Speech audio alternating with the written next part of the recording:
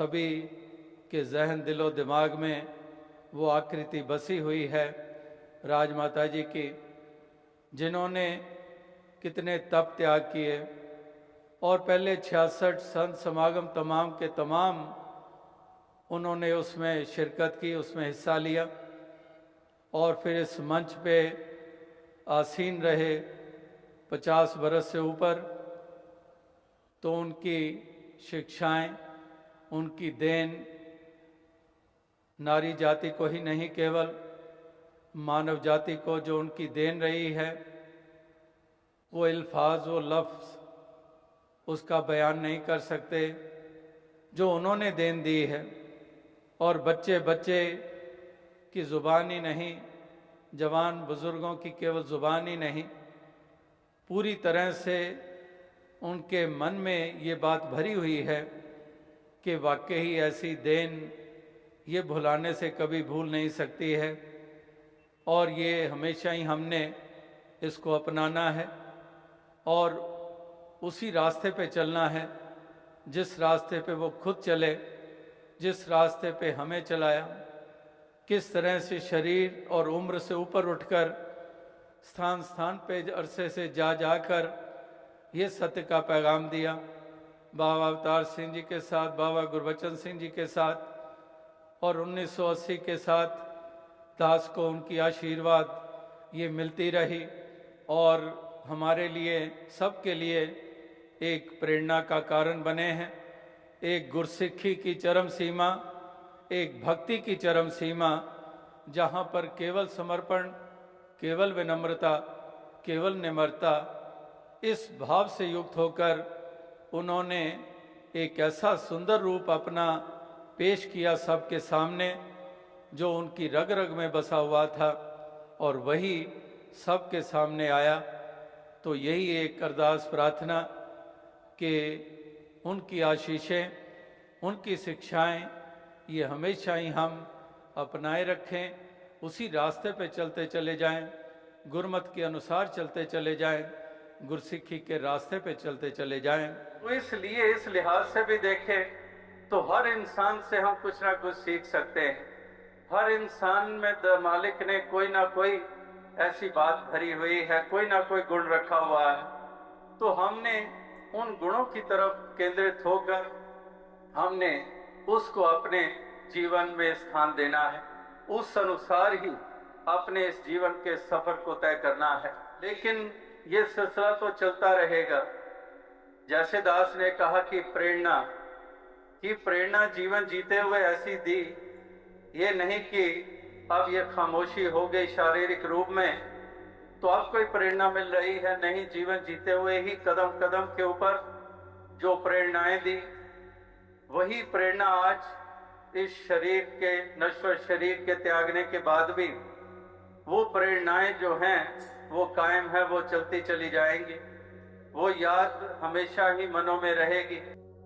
जिस प्रकार से वो एक अंग्रेजी में कहावत है कि there are many people who die before they expire, but अब हम जिनका जिक्र कर रहे हैं या ऐसे महापुरुषों का जिक्र करते हैं श्रद्धा के साथ, they do not die before they expire, they live before they expire, and even after they expire they keep on living in our hearts. हमारे दिलों में वो जिंदा रहते हैं। लोग वो भी होते हैं कि जो ये शारीरिक मौत आती है तो कई उस मौत के आने से पहले ही मर जाते हैं। वो जीवन जीवन कहलाता ही नहीं है, क्योंकि उस जीवन में ना प्यार होता है, उस जीवन में ना प्रेम भाव होता है, ना निम्रता होती है, ना कंपैशन होता है, ना दया का भाव होता है, कोई हलीमी नहीं होती है, कोई मिठास नहीं होती है। क्रूरता, कठोरता, कटुरपन, अहम अभिमान, जलन, ये सब कुछ होता है। तो उस जीवन को जीवन कहा ही नहीं जाता, वो जीवन जीवन कहलाने के लायक ही नहीं होता है। तो ऐसे महापुरुष, भक्तजन, सज्जन प्रवृत्ति वाले जो इस शारीरिक मौत के आने से पहले मर के नहीं जीते हैं, वो वाकई ही सही मायनों में जीवंत होते हैं, क्योंकि उनके खूबसूरत जो पहलू वो जीवंत होते हैं। वो पहलू मर गए नहीं होते जीवन में से, वो जिंदा होते हैं, उनको मजबूत रखते हैं। वो प्यार वाला हो, हलीमी वाला हो, वो सहनशीलता वाला हो, वो विशालता वाला हो, वो पूरी नेक नीयत के साथ अपनी जिम्मेदारियों को निभाने वाला पहलू हो, वो सारे के सारे इस जीवन में मजबूती वाले देखे गए और हर किसी ने महसूस किया कि वाकई ही किस कदर ये ऐसे तमाम पहलू हैं जो बहुत मजबूत थे जीवन में, जिसके कारण आज श्रद्धा के साथ सभी के मस्तक जो है वो नत हो रहे हैं। दातार कृपा करे कि ऐसे गुण औरों और सबको दातार प्रदान करे।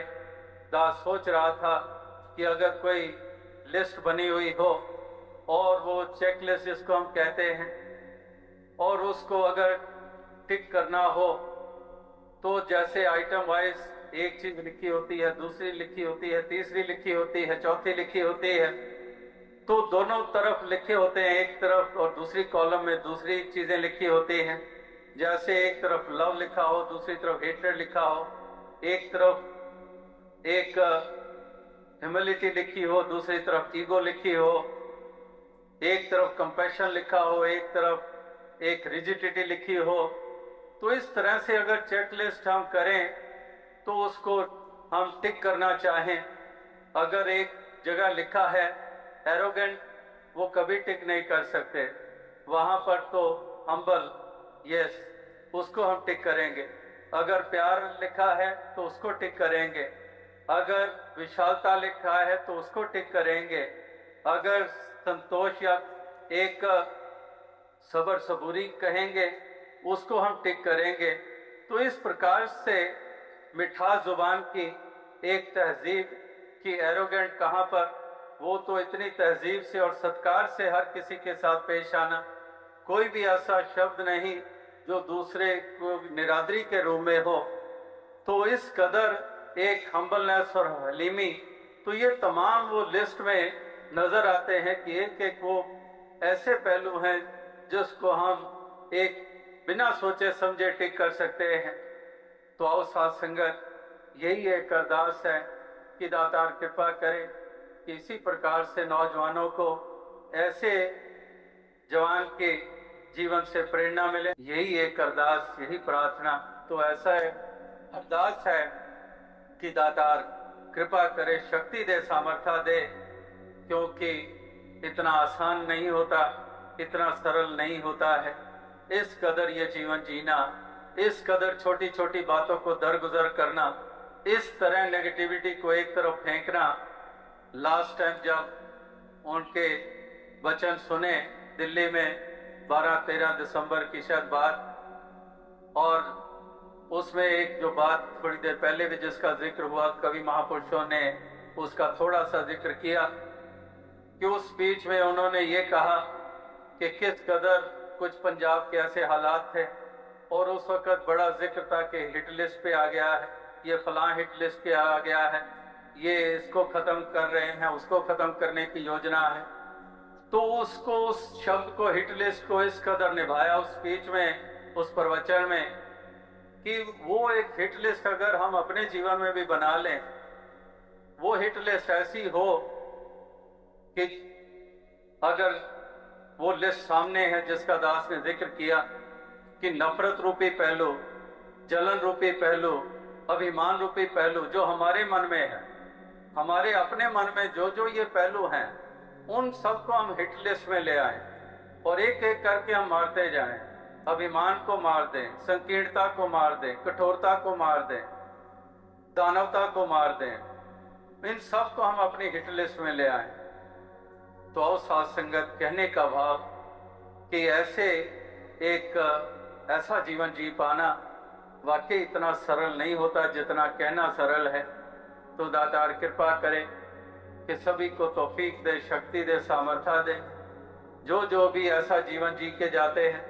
सतयुग में भी जिन्होंने भक्ति के मार्ग पर चलकर जीवन जिया, त्रेता में जिन्होंने ऐसे भक्ति के मार्ग पर चलकर अपने अकीदे विश्वासों को कायम रख के सफर को तय किया, द्वापर में जिन्होंने परमार्थ को अपनाया, जिन्होंने सत्य को जाना, अपनी आत्मा का कल्याण किया, अपने जीवन को निखारा, या फिर कलयुग में तमाम इस दौर में जो इसी प्रकार से आध्यात्मिकता के रास्ते पे चलते चले जा रहे हैं, चलते चले गए, जिन्होंने इस सत्य परमात्मा ईश्वर निराकार को ही हमेशा प्रधानता दी, तो ऐसे भक्त महापुरुष संत जनों का अनुकरण अनुसरण करते चले जाएं। यहीं मुंबई में, महाराष्ट्र में हम ऋषि व्यासदेव जी को याद करते हैं, तो किस प्रकार से उन्होंने क्या और अनेकों अनेकों महापुरुषों ने किस कदर ऐसे योगदान दिए हैं मिशन के लिए, और ऐसे ऐसे बलिदान तप त्याग किए हैं, और ऐसे ही जीवनों को हमेशा हम अपने जहन में, दिलो दिमाग में रखें, और इस प्रकार से उत्साह के साथ सभी आगे से आगे हम बढ़ते चले जाएं। तो दास यही अरदास, यही प्रार्थना करेगा कि सबको ये पहलू याद रहे, हर इंसान को ये याद रहे कि राम गयो रावण गयो, जाका बहु परिवार, कहो नानक फिर किछ नहीं, सुपने यो संसार। कि इस प्रकार से संसार में कोई नहीं रहा। अगर रावण संसार में नहीं रहा क्योंकि अभिमानी है, तो मर्यादा पुरुषोत्तम राम भी कहाँ इस शरीर रूप में रह पाए। तो यहाँ तो जो आए सो जाएंगे, राजा रंग फकीर। तो यहाँ तो जो आता है हर किसी ने संसार से रुखसत होना है। और इस प्रकार से भक्त इसलिए अपने इस जीवन को इतनी इम्पोर्टेंस देते हैं कि ये हमारे जीवन की यात्रा इस कदर सुंदर बनी रहे, क्योंकि पता नहीं होता कि केल करेंदे हंजनो अचिंते बाज पए, कि केल करेंदे हंजनो अचिंते बाज पए। तो इस प्रकार से अचानक ही ये मालूम नहीं पड़ता कि ये जीवन का सफर ये कहाँ पर यकायक रुक जाने वाला है। ये श्वास नगाड़ा कूच का बाजत है दिन रैन, कि ये श्वास बजाते खुद हमारे जो चल रहे हैं, ये नगाड़ा है। नगाड़ा बजता है, कोई सूचना देता है। तो कबीर जी कहते हैं कि तेरे श्वास ही अपने आप में एक नगाड़ा है, और वो नगाड़ा ये सूचना दे रहा है कि हम भी कभी बजते बजते अचानक रुक जाएंगे। वो नगाड़ा कह रहा है मैं भी कभी अचानक ही बजते बजते रुक जाऊंगा। इसलिए जितने श्वास हैं, इन श्वासों की कीमत डालें, इन श्वासों की कदर करें।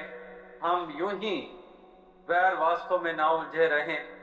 जिए तो जिए तेरी दुनिया में, उल्फत व मोहब्बत समझे नहीं, कि जीने को जिए तेरी दुनिया में, लेकिन ना उल्फत समझी, ना प्यार समझा, ना खलूस समझा, ना मानवता हमारे जीवन में आई। केवल जिस्म इंसानों वाले रह गए, लेकिन मानवता नहीं आई जीवन में।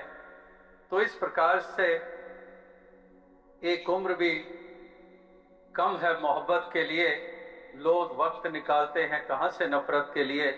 तो एक उम्र भी कम है मोहब्बत के लिए। वाकई हर किसी को ये ध्यान रखना है कि हमने ये जीवन मोहब्बत के लिए जीना है, प्यार देना है। 2.5 अक्षर प्रेम के पढ़े सो पंडित होए, कि प्रेम करते जाना है। ये काहे की नफरतें, काहे के ये मन मुटाव, काहे के एक रंजिशें पालनी, ये तो सब धरा धरा रह जाता है। इंसान चले जाते हैं, फिर वो समा हाथ आता नहीं है। तो इसलिए ये जो मालिक ने थोड़ी सी जीवन हमें दिया है, इस जीवन को 4 दिन कह देते हैं कि 4 दिनों की जिंदगी, कि 4 दिन भी कह देते हैं, 4 पहर भी कह देते हैं। तो ऐसा जीवन जो मालिक ने हमें अमोलक दिया है, हम जहाँ पर अपनी आत्मा का कल्याण करें, वहाँ पर हम इसी प्रकार से जीवन के सफर को भी एक सुंदर ढंग से तय करें, और इस कदर हमारे जीवन की यात्रा ये तय हो जाए। इसी प्रकार से माटी के पुतले हैं सारे, मट्टी में ही सभी मिल जाते हैं। खाक की खाक स्यों रल जाना, तू कदे ताहों से आना। कि खाकी खाक के पुतले ने खाक की ढेरी में तब्दील हो जाना है। खाकी यानी कि ये खाकी जिस्म, खाकी खाक स्यों रल जाना, तू कदे ताहों से आना। कि कभी तो तू समझदारी की बात कर, कभी तो तू सूझवान बन। क्या यही ऐशो इशरतों में ही पड़ा रहेगा? क्या यही दानवता और हैवानियत के रास्ते पे चलता रहेगा?